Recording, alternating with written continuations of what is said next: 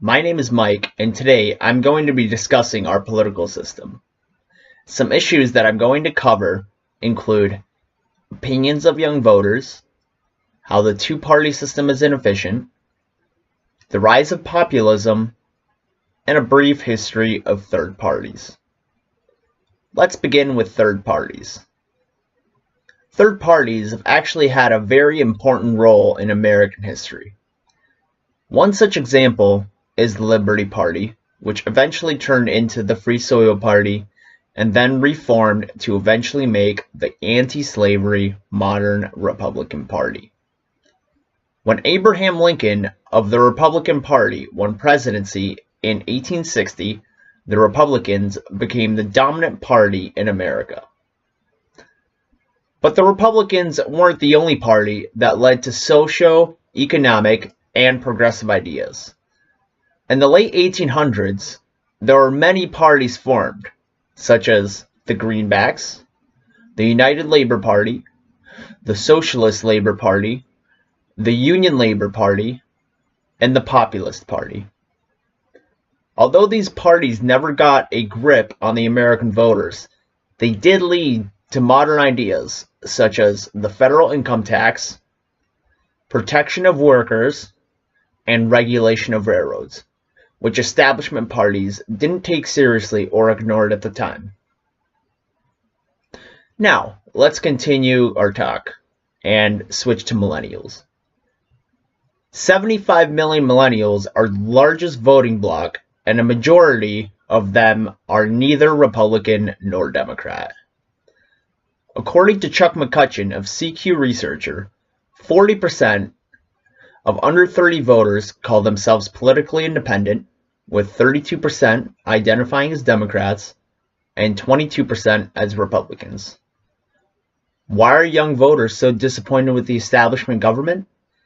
Probably because for most of their lives they have seen a dysfunctional Congress, namely government shutdowns, the 2008 financial crisis, and pointless world policing, such as the war in Iraq. Speaking of dysfunction and inefficiency, let's take a look at the current two-party system. A perfect example of the inefficiency of government are government shutdowns.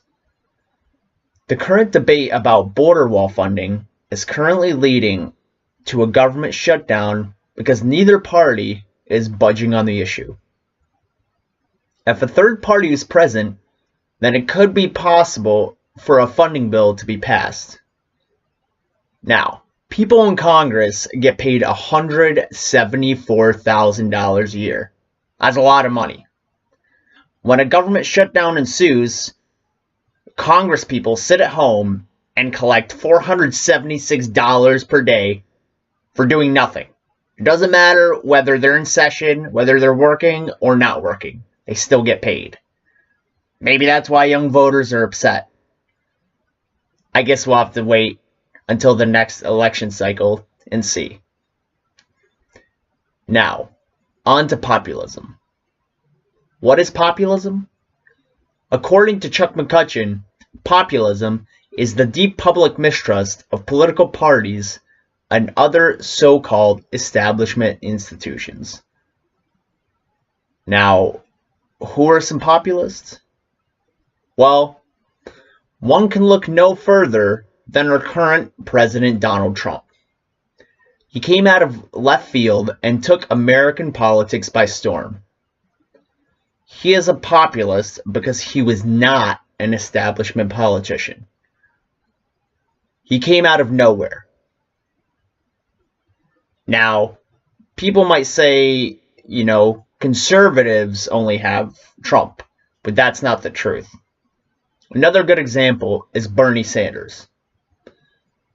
Although many people confuse him for a Democrat, he is actually an independent, and he garnered the support of millions of Americans in the past election cycle.